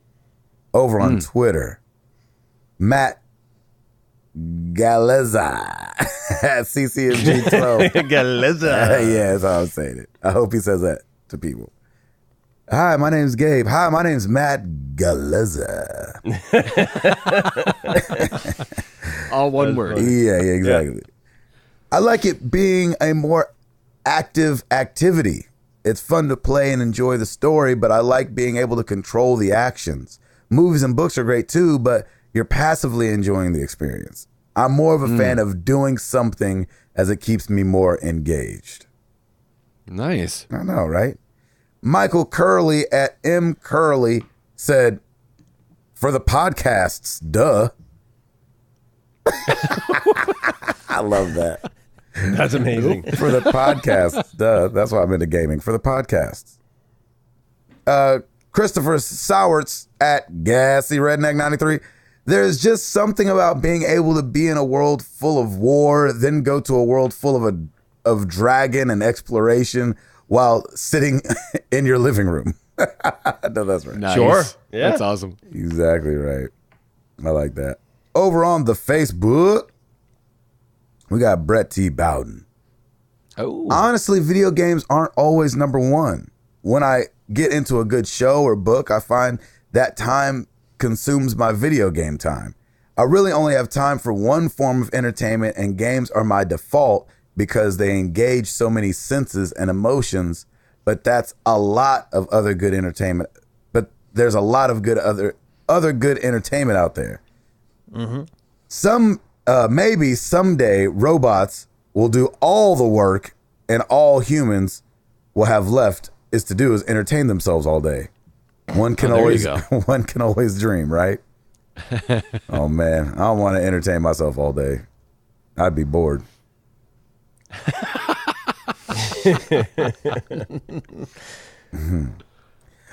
We got Greg Legowski. We should start calling him the Big Legowski. Yeah, I like that. Oh, nice. Yes. One of is the key phrase here. My wife and I subscribed to the Broadway series in Pittsburgh. Just saw Hamilton last week. Worth the hype. We travel together. Yep. We both read a lot. Somewhere in there, I still play video games too, because I've been doing that for 40 years and can't imagine life without them. There you go. I know that's right. And that is why I prefaced it a little bit different, because I know that I can't put gaming being number one on everybody else. Like, it is my number one hobby when it comes to if I'm, like, looking for something to do. Right. Della Simmons. I started out playing Space Invaders at a bar when I was a teenager. Been addicted to gaming ever since. Now it keeps my mind active, and I have made numerous friends throughout the years. Yeah, very man. Cool. That's great. What I'm talking about. KT120, who I'm actually going to steal Katie's question of the week from last week she asked us, and use it as the question of the week this week for the community, because I liked it and I want to hear other people's answers. Katie says, why games? Gaming has been the thing to improve my confidence over the years due to streaming. It's been a reason for lifelong friendships. Games also provide an outlet from this sometimes crazy world. You can be who you want to be and go where you want to go in certain games. And last but not least, games have provided countless hours of fun, whether that be through solo or multiplayer experiences. That's I like awesome. that. I like the confidence. Confidence through gaming. Yeah, I love it. Through streaming. That's cool. What other media allows you to exercise your brain in so many different ways? This is Fluxel. Puzzle solving is part of most gaming experiences in some way, but there's also the social aspect. I've met so many people due to gaming that I wouldn't have met otherwise. Look at this community, for example. I had an absolute blast with KD120 and Joe89 and other friends just doing custom death matches in Overwatch. Also, while I know some don't consider Pokemon Go gaming, I've met people in real life that I would never have met or become friends with by running into them while I was looking down at my phone. Wow. I'm just kidding. He says become friends with by playing that game. Nice. I even board game with a group of them almost every Wednesday night. Oh, that's great. That's Love awesome. Love it. Matthew Drawnberger. I don't know if I mentioned I've moved over to the Discord. Have been gaming since I was a kid. Always has been a way to see others' perspective of the world we live in and the imagination of what could be. It even inspired me to study Japanese and eventually how I met my wife. Needless to say, games have always been there as something to do and remind me that there is infinitesimal variations in our lives. Never give up. There you go. I like that, man. There's a lot of really great answers. I would encourage everybody to stop by the Discord and stop by the Facebook group. Facebook group been on and popping with the answers lately. Yeah, it has. I would definitely say go to those two places and check it out. I'm going to read this one last one because it's from our street team, MTTG Street Team. Oh, man. Whatever that noise is you make, Gabe. There you go. Blah, blah, blah. I do that in the show now. Booyaka. I've worked it into the Toby Mac show. Have you really? Oh, yeah. That's awesome. Oh, yeah. Day I died. That's great. I'm going to notice. Yep. Hit it hard. Video games gave my brother and me something to do together. We took down Bowser, shot our way through the alien lair, and even made the Kremlin shoot off like a rocket. Madden Football has been a game that my childhood friend and I have played together and still do since the early 90s. Mario Kart Double Dash allowed my siblings and myself to have a few minutes of escape while mourning the sudden death of our father. SOCOM provided me hours of fun after I got home from work as a newlywed and my wife still had half of her shift left at work. This guy from my church named Brett Bawden wore a Zelda shirt over to my house once, and now we've been best friends for well over 10 years. Video games as an adult has bonded me with my sister and my brother-in-law, and it gives me an excuse to call or text them. Video games has given me an outlet to bond with my oldest son and build up his confidence as we do rinky-dink but fun for us.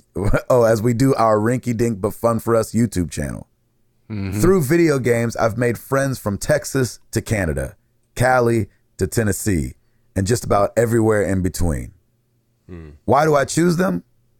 Ultimately, they are just fun, but the benefits have been lifelong and more rewarding than any unlocked achievement or platinum trophy could ever be. Doggone. That's awesome. Wow. Man, put that in a book. I can't wait to put that in a book and send it to Congress, Josh baby. And his tall self next time I see him. Right? Just hang from his neck. Well said, man. Good people. Get the stool, walk on up there. Let me put my stilts on. Exactly. Hold on. Come here. You getting all this hug. That's so good. No more of this navel down business. You could battle though. Yeah, we could battle navels. I feel I'm gonna lose that one. You guys know where to find us. Facebook.com/married to the games. Again, come join the group. Twitter.com/MTTGcast. Like Ed said, YouTube.com/married to the games. Marriedtothegames.com. Now on Patreon. If you want to throw $1 in the tip jar, we would. I was gonna say enjoy it. I guess we would enjoy it. We would appreciate it. We would enjoy what you bring to the Discord, and we would appreciate it. Exactly. There you go. Yeah, thank you guys so much. That's right. And Tim Router. Oh, rate us on iTunes so we can have naval battles together in the year of Yiik. Nice. Yiik. Yiik. Can we just give it to Tim every week? See, here's the thing. No. See, here's the thing. You could just say yes. He's clearly the best at it now. I got you. There's always a backup. Yeah, you know what I'm saying? Yiik. I like the hearing you guys gasp. Especially I you. like the spontaneity of not knowing what's coming. Exactly, me too. And then I like announcing Tim and everybody feels relieved. Oh, they're all like, "Oh, thank God." Yep. Oh, he's gonna have written something down.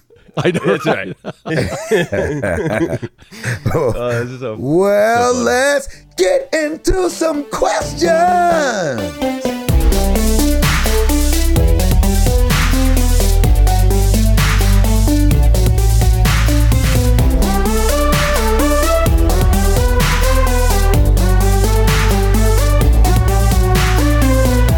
Now you got to put Yiik in your show too somewhere. Yep. That's going to be awesome. Yiik.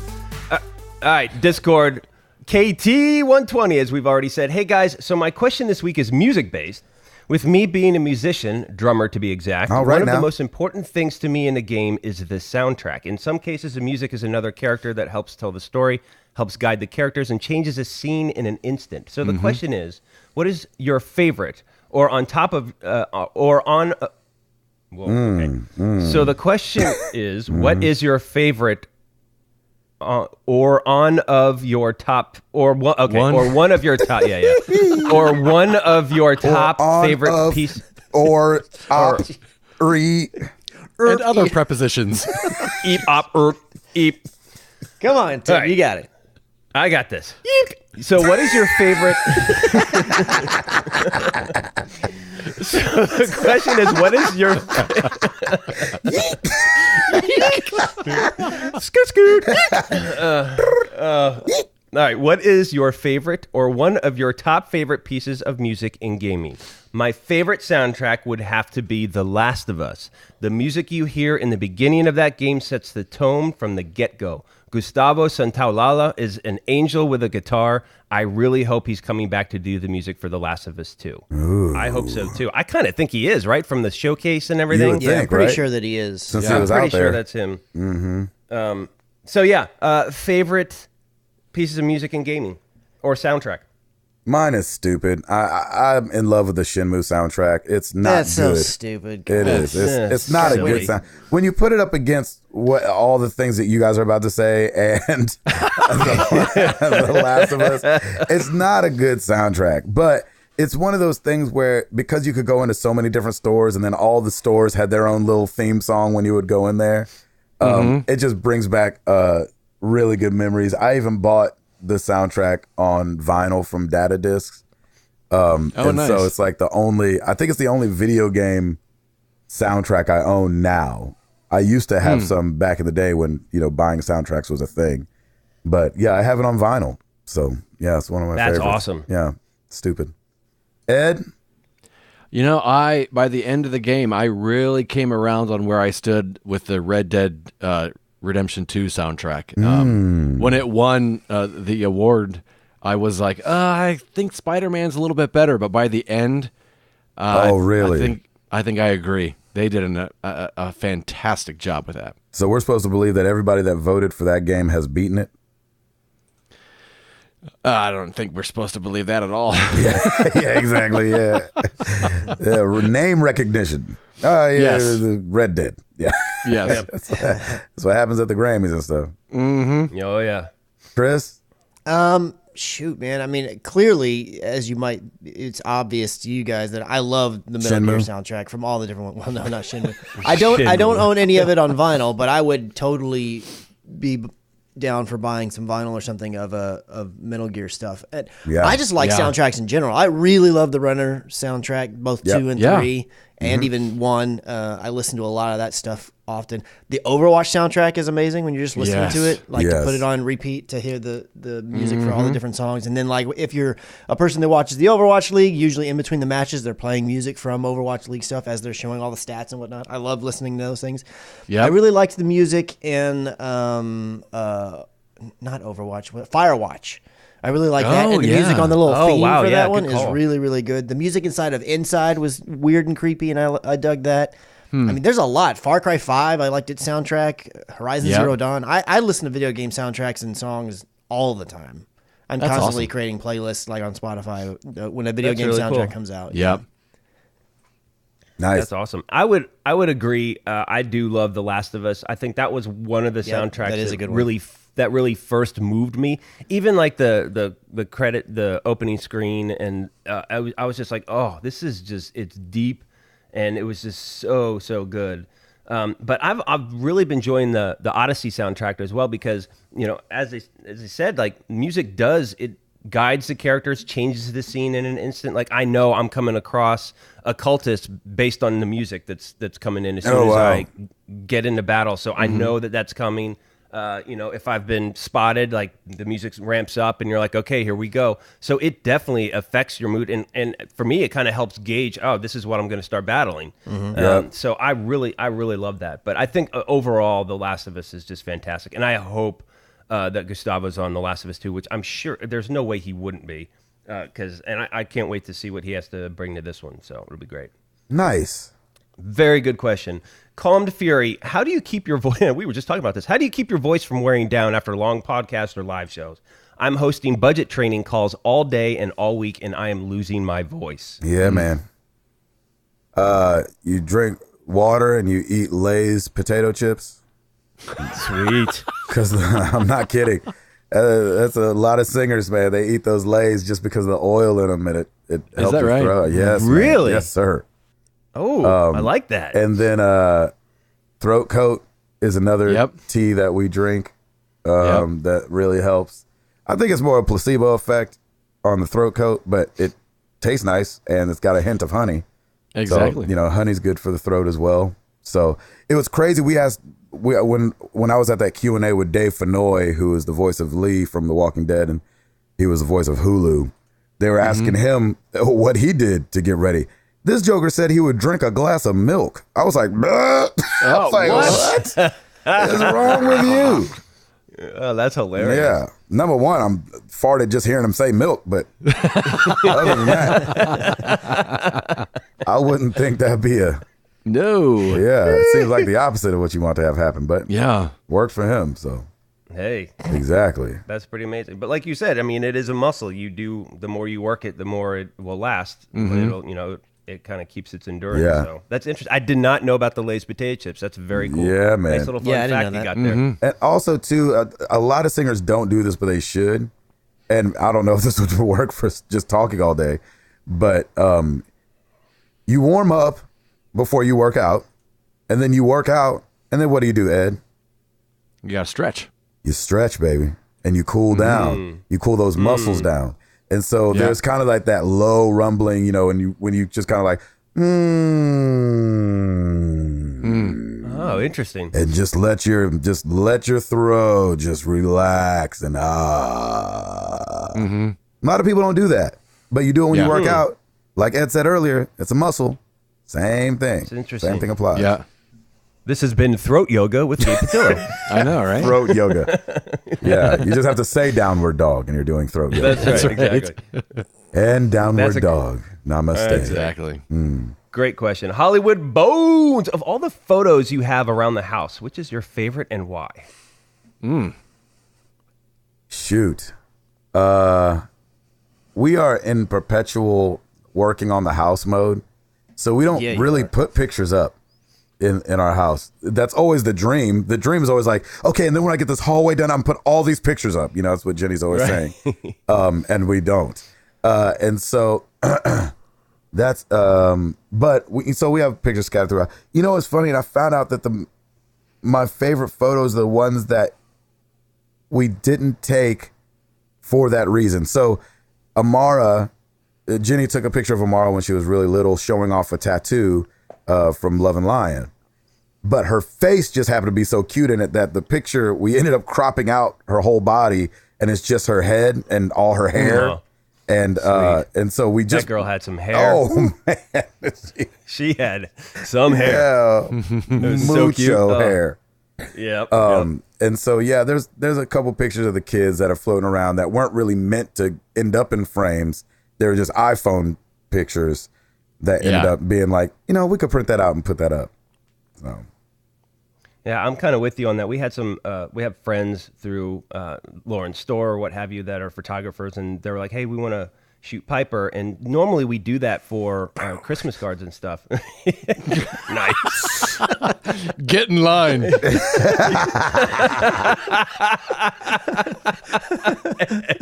Ed, she loves you. How could you do this to her? I'm not in the line. I'm just saying. Oh, that's hilarious. That was good. Way to kill that mood. I'm done. No, I'm kidding. And it's funny. A lot of the pictures that either we choose or the ones that stand out are the ones that are like they're not set up or anything. They're just like, and that's what also makes a great photographer is they're just in the moment. And so there's just a really cute one of her twirling in this little white dress, and it's blurred and her hair's flipping, but it's very sweet, very calming. And we have that and a few others from that same photographer up on our wall. So I love looking at that. It's a good one. There you go, Chris. I guess if I had to pick one, my favorite one would be we have this canvas print of it's a picture from our wedding when we had an outdoor wedding at the back of this house, and the minute the ceremony was done, we kind of you kind of do where you're walking away, but there really wasn't anywhere to walk to. So what we did is we walked over to this tree that was in the backyard of the house that we were at, and there was a zip line, and we took the zip line over to a what are they called, trampoline, and we got on the trampoline and we jumped. And then when we were jumping, the photographer came over, which happened to be my buddy who I shoot photos with, and he walked over and he was shooting through the net, and we just kissed right there, and that's one of the photos from our wedding, and we have a canvas print of that one. Get a room. Yeah, exactly. But I have a lot of different photos that I like. Actually, this past Christmas, I got Stacy it's a wooden, like this part of a palette or whatever, but a picture is printed on it. It's not exactly what it is, but that's the only way I know how to describe it. And that's a picture of us when we were in Carmel in California. Oh, Carmel! It is our first trip to California together, and that's one of my favorite photos too. And then we have this other collage little photo with a bunch of different ones of our previous dog who passed away a couple years ago. That was our first bit of family photos, if you will. So I have a lot of different ones that I really enjoy, but those are some of my faves. I love that. That's great. Edward? We have one of those digital frames that kind of like circles through like photos and stuff like that, and so we've got pretty much all of our favorite photos from all time. But I think one of the regular standard photos that I really like, it's actually a photo of the inside of Eastern State Penitentiary in Philadelphia. Cozy. And nice. It's an old abandoned prison that is like notorious for being super, super haunted. And Sarah and I love ghost hunting, and we've gone there to the prison, and it's just a really cool, eerie looking picture. It's really, really cool. And it kind of like, I love that. Yeah, it brings up not just a cool picture to look at, but just a lot of things that we enjoy together. So that was fun. That's very cool. I dig that. Gabe, not so much, but that was awesome. I bet it's a cool photo. Yeah, I bet it is. Your ancestry percentage is showing.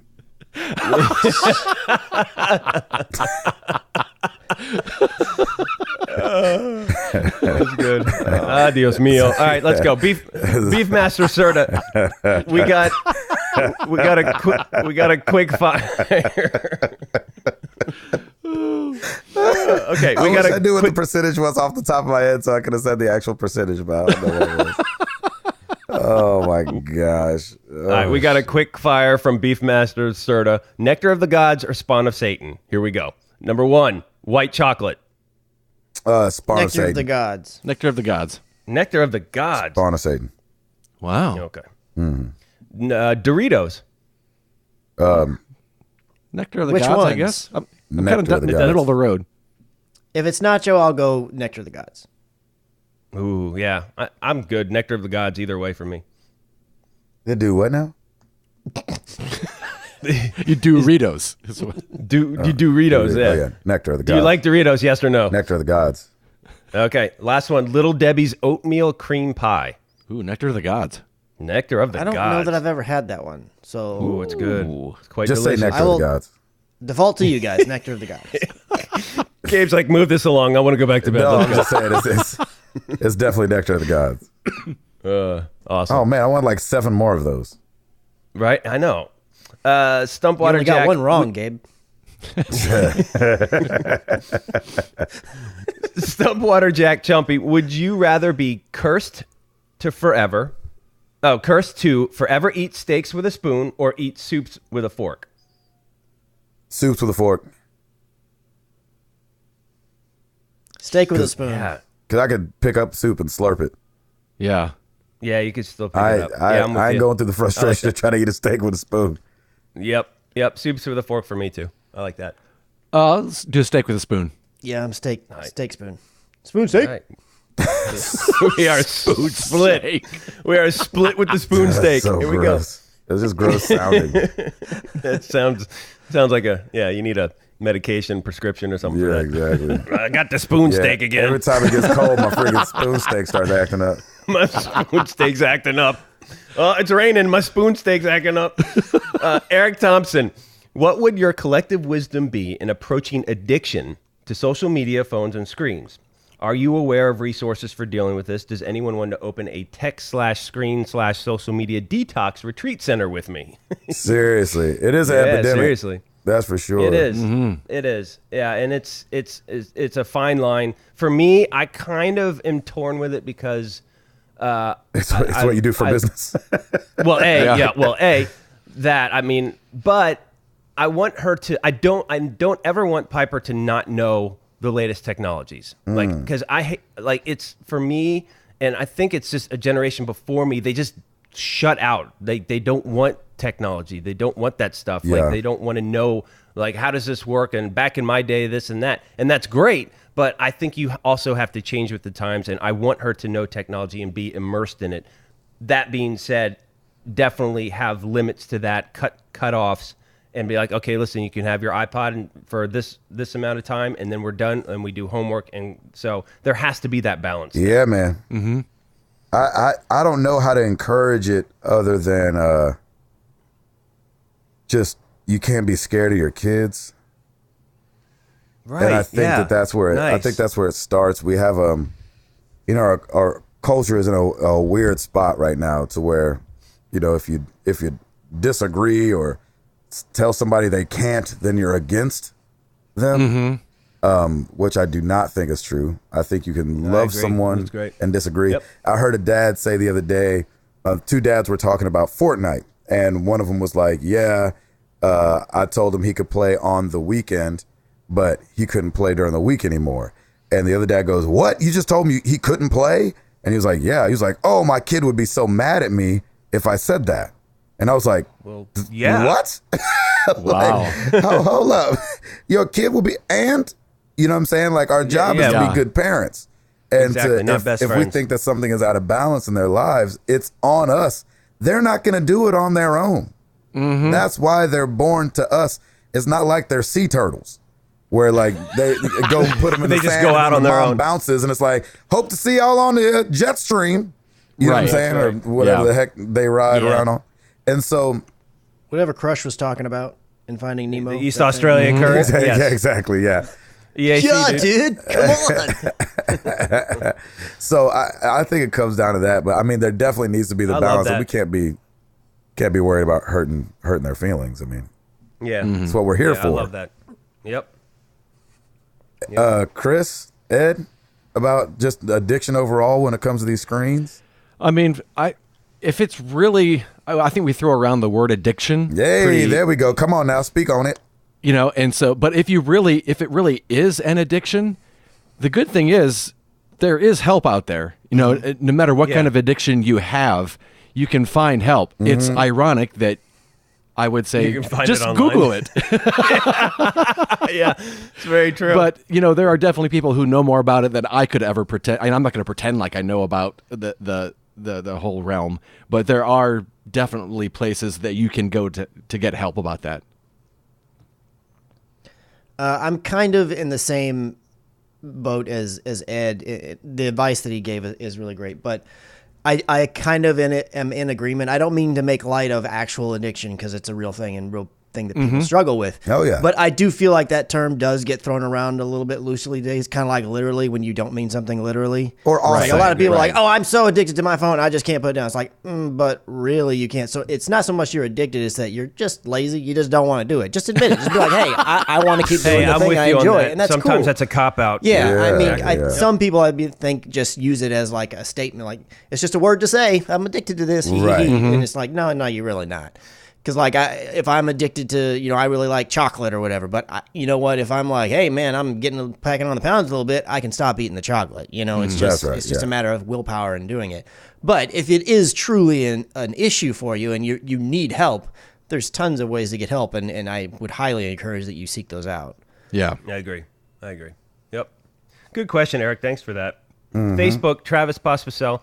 What is something that your wife does better than you that you don't want to admit? Ooh, that I don't want to admit? Yep. Oh, man. I freely admit she does a lot of stuff. Yeah. I can't think of something I'd not want to admit. Yeah, I was about to say, it's easy to admit the stuff. At least 90% of the things she does.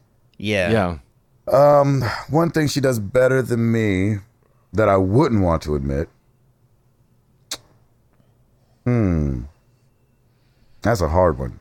Yeah, I got nothing. I'm gonna say, like, I patience she's so much more patient with Piper, and I pride myself in the fact that I love my child. I want to be a good father to her and a good husband to Lauren. But sometimes, like, I know I'm not perfect, and I know that I struggle with this, and sometimes a lot of times I lose patience. Especially when we get to the emotional side of things, like I'm like, I don't understand this. And so I'm like, I raise my voice, and Lauren just takes over, and she's like, I got this. And she's calm with her and calms her down. And it's like, and then I'm just like, why can't I do that? And it's pretty amazing. Like she can really diffuse a situation where Piper's just just crying over something that I know or I think is ridiculous. But Lauren's like, look, this is a big deal to her. You need to be patient with her, listen to her, and then go from there. And I'm like, dang it. And then I'm just like, it can get frustrating. Yeah, man, I don't know. And I mean, like Chris and Ed are saying, and Tim is like, there's a bunch of stuff she does better than me. Yeah, I just can't. It's hard for me to think of the thing that I'm. Yeah, that's just the one thing that popped in. I'm like, exactly. Well, yeah, I don't think. I don't know, Chris. What do you got? I really cannot literally think of anything that she does better than me that I'm not willing to admit. I mean, I'm a co-host of a gaming podcast, and I freely admit that my wife's better at Beat Saber than me. All those scores are from her. So, right. Awesome. I mean, I just can't think of anything. If she's good at something, all I want to do is shout it from the rooftops and be like, my wife is banging at this thing. Exactly. You praise her. Yeah. That's what you do. I can't think of anything. I can't, for me personally, I can't imagine a mindset where I wouldn't want to admit it. Yeah, good point. Yeah. Exactly. Yeah, I don't have anything either. That's not fun. We all married up, man. That's all I can say. Yeah. It's amazing. All right, Lucas Hamswisher, happy National Handwriting Day. Oh. I tell you true that these holidays and observances are real. Well, unless you can't believe everything you found on the internet, then just go with it. Anyways, to celebrate this very handy holiday, but let's do a kind of lightning round. So number 1, cursive, chicken scratch, or a mix of the two, as far as handwriting goes. Chicken scratch. Yeah, Oh. yeah, chicken scratch. I print. I don't write. Yeah, outside of my signature, I tried to write something cursive the other day. I was like, oh my gosh, I don't remember this. Number 2, rate your handwriting on a scale of 1 to 10, 1 being illegible hieroglyphics and 10 being calligraphy computer font. 4. I'd say I'm a 5. I'm down the middle of the road. I'm gonna say 8. Really? You just said, oh, wow. I like my printing. Nice. Good job. I'm going to say 2. I have horrible handwriting. I'll tell you this. I mean, not that I wouldn't want to admit it, but my wife's handwriting is way better than mine. Yeah. It's not even close. Oh yeah, Stacy. Like we'll be getting a card for like, oh, it's my mom's birthday or somebody's birthday and we're getting them a card. She's like writing the name all pretty and putting these dots and little flowers and things. I'm just like, I would have just been like, here. I would have carved it with a knife, basically. There's been a time where I asked Jenny if it was done on a computer. Did you print that out? Like, that's funny. Nice. Her handwriting is banging. That's awesome. Or it can be. If she's just writing a list out real quick, you're not going to be like, but right. Yeah. We must frame this. Exactly. Frame this grocery list. What's that say? A dozen eggs. I'm in love with you all over again. Cursive. That's right. Is teaching cursive in schools overrated or necessary? Is what? Overrated. Teaching cursive? Is in this day and age, it's overrated. Or oh yeah. Yeah, but it's overrated. It's still a good craft to have. I don't think so. I say necessary. Craft for what? Just right. Exactly. Right? I think teach them how to write their name in cursive because signatures I think will still be there you for go. a while. But outside of that, nah, man. Yeah. I say overrated just because I love the idea of being able to write to each other and people not being able to read it. Like having a secret code. Having a secret code. Yeah. That's right. That's funny.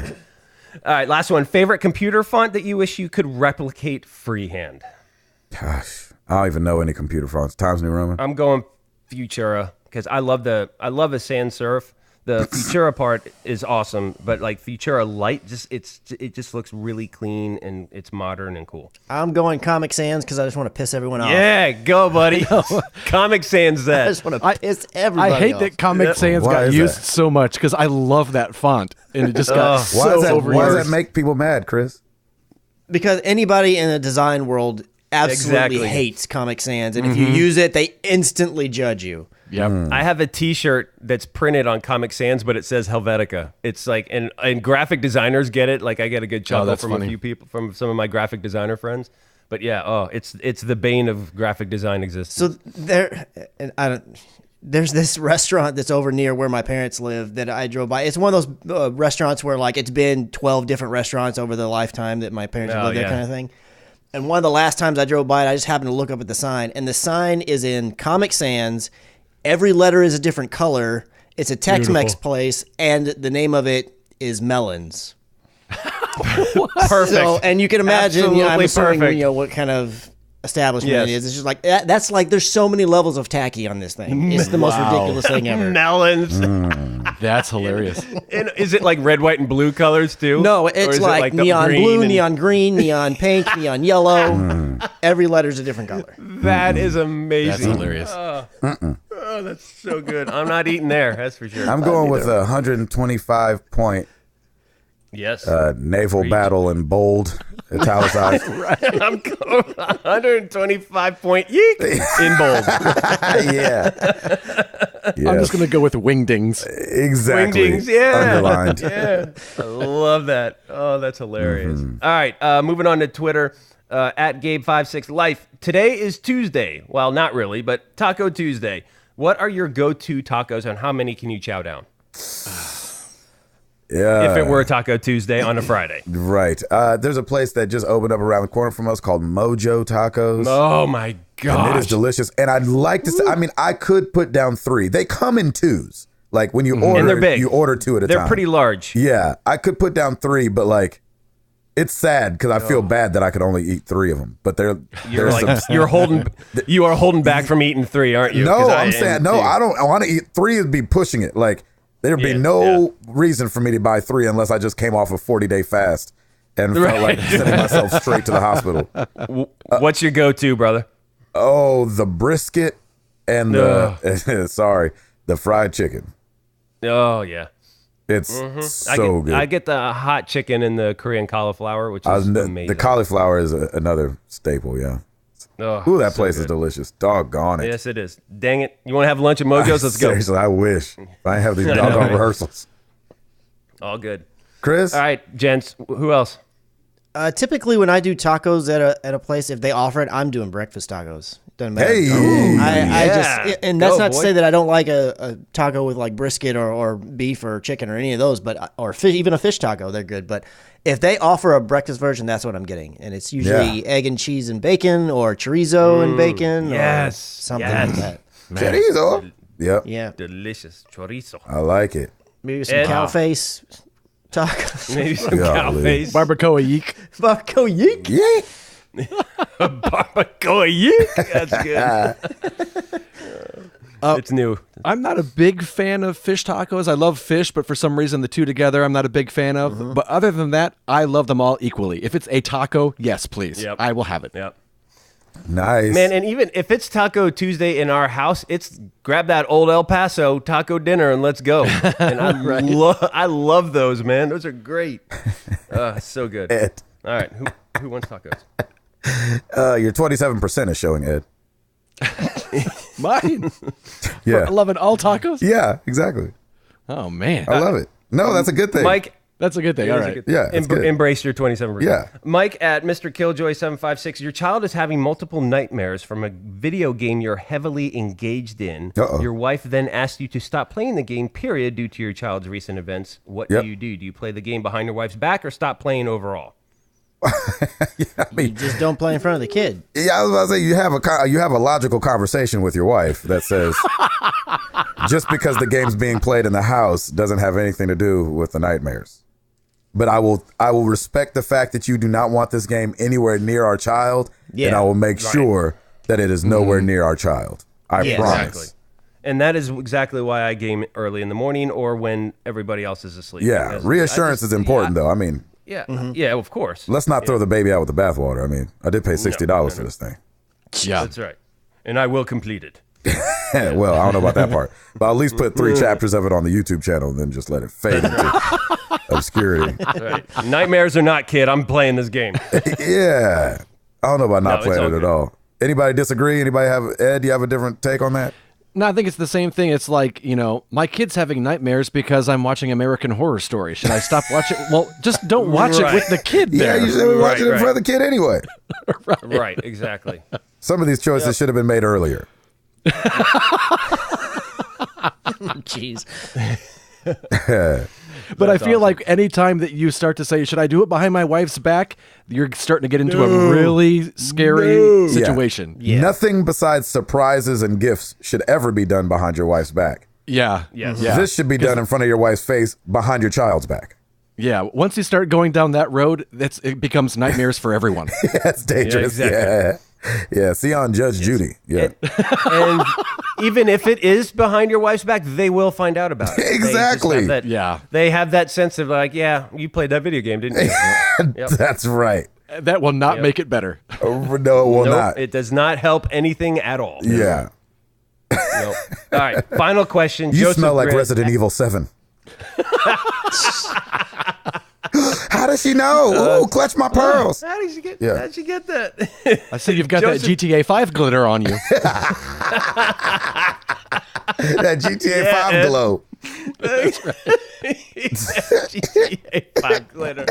Ooh, that's good, man. Oh my gosh. Yeah, men cannot hold. We so guilty, man. We can't hold it. No. So perfect. Yeah, just so logical perfect. Conversation, man. She'll come around. She'll come glitter. around. I was holding it for a friend. That's right. I love it. That's funny. Holding it for all right, final question. Joseph Grimm at By Grace I Am Saved. I'm really trying to clear out my backlog this year with games like Horizon Zero Dawn and Spider-Man being open world. What would be a game or genre to play in between those? Ooh, a platformer Oh, there you go. is what I would say. I love throwing a platformer on every now and then just to, because those don't tend to be that long. You know, not like Horizon Zero Dawn or Spider-Man. Maybe like Guacamelee 2 or yeah, something. Guacamelee. I think you know, any of those games that you know, you kind of know how long these games are going to be. Mm-hmm. So yeah, I say Telltale games too. R.I.P. But yeah, like every once in a while, I did that between. I think after Horizon Zero Dawn and before something else, I ended up playing Game of Thrones, the Telltale's Game of Thrones. Oh yeah, that was a nice palate cleanser. There you go, Chris. I always I played Spider-Man, and then right after that I played Assassin's Creed Odyssey. Anytime I have a stint of big, huge, long games like that, be they open world or whatever, I always tend to just go right back to shooters because they're nice and quick, easy. I pick it up, it's 10 minutes or less for a match, and then I can bounce if I want, or I can just keep going for a few more. I feel like this is the perfect little come as you go kind of. That's right. Love it. Mm-hmm. Nice. Yeah, Overwatch for me. It's always a nice go-to. That's right. Nice little piece of ginger in between the sushi. Ooh, there you go. I like that. I like that. That's it for all the questions. Thank you, everybody. These were some good ones. We had some good combo. Love it. Yeah, really great. Thank you guys so much. Again, I'm stealing this question from KT 120. Yiik. Katie asked us last week. I'm just bring it down to this. What is your favorite gaming moment or sequence? Is what Katie asked us last week. And I loved that question. And I was like, oh, shoot, I wish more people could answer this question because I think it's a great question. And now you can. There you go. What is your favorite gaming moment or sequence? I can't wait to hear him next week. Hopefully I won't be as exhausted. I will be in Alexandria next week. So hopefully we can still podcast it up. Basement somewhere. Yeah, exactly. Arena. Right. Yep. Mm-hmm. And Ed will be like, are there ghosts there? And I'll be like, I'm not looking for the ghost, baby. But I'll take a picture for you so you can mount it on your wall. Just record one EVP for me. I don't know what that is. But that sounds ghost-like and terrifying. Yeah, exactly. I heard there's a Ghostbusters 2, a sequel coming out to the reboot. Come on. I heard they got the original guys. But the original guys didn't even make Ghostbusters 2 very well. Like, I didn't like that was a bad sequel. Is it I thought it was like without the same people, like in continuity with that universe, right? Or is it an actual reboot of the original crew? I thought it was an extension of the newer ones. No, it has nothing to do with the all female one. It's a different. It's supposed to go back to the continuity of the first two, with Bill Murray and all them. Well, That's I'm just my confused. Then. Yeah. Shoot, was the third Ghostbusters good, Ed? With the girls? No, wasn't there? Was there not 3 Ghostbusters in there? No, there was. Oh, it was only 2. Just two. Just two. Oh, Well, with Vigo, right? Is that trouble. Anyway, back to the question of the week was, what is your favorite gaming moment or sequence? We answered the question last week, and I would answer it again, but I'll probably get oops because I won't say the same thing because I don't remember what I said. I'm going to say I said the opening to Final Fantasy is what I would guess I would have said. Can everybody else refresh our family's minute? I think I said Last of Us. Yep, the first 10 minutes. That's right. I do love the first intros of Far Cry 3 and 4 too are still some really solid skydiving. Really I love those two. Yep, that was a good one. I said in God of War the first fight with Baldur is amazing. The Baldur fight. Yep. Yeah, I mentioned a particular spoilery scene in God of War. Yep, that's right. That you didn't spoil. Well done, like that. Yep, good on you. But this week he will. No, exactly. Man, it was awesome when he had that sandwich. And he made it with the spicy mustard, and he's like, "You will love this, boy." Yeah, exactly. Eat your sandwich, boy. Turns out Kratos was Kaiser Soze, so it's weird. It's the weirdest thing. The weirdest thing ever. I was like, oh, there's a fax machine in this world. Spoiler alert. Yeah. All right. Let us know next week. We will talk about, use hashtag answer MTTG, and we will discuss all your favorite gaming sequences and parts of the thing next week. I can't wait to relive those. Yes, me either. And I can't wait to listen back to this podcast and remember it even happened. It was basically 2 hours of us yelling Yiik. That's what I'm going to walk away with. Yiik. Yep. Oh my gosh. Well, I'm Gabe Patillo. That is Tim Router. That is Ed Placencia. And that is Chris McCracken. And we are married to the games, and we are up out this thing. Bang!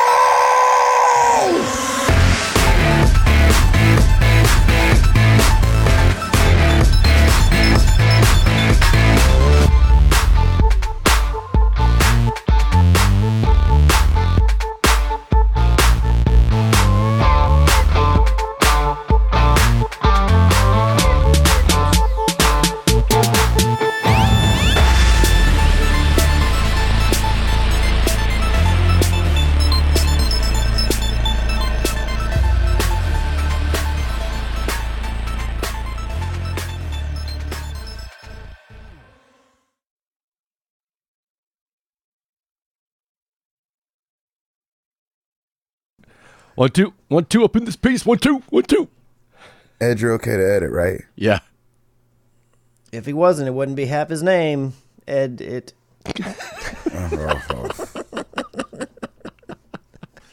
I hate when Chris calls me it. What up, it?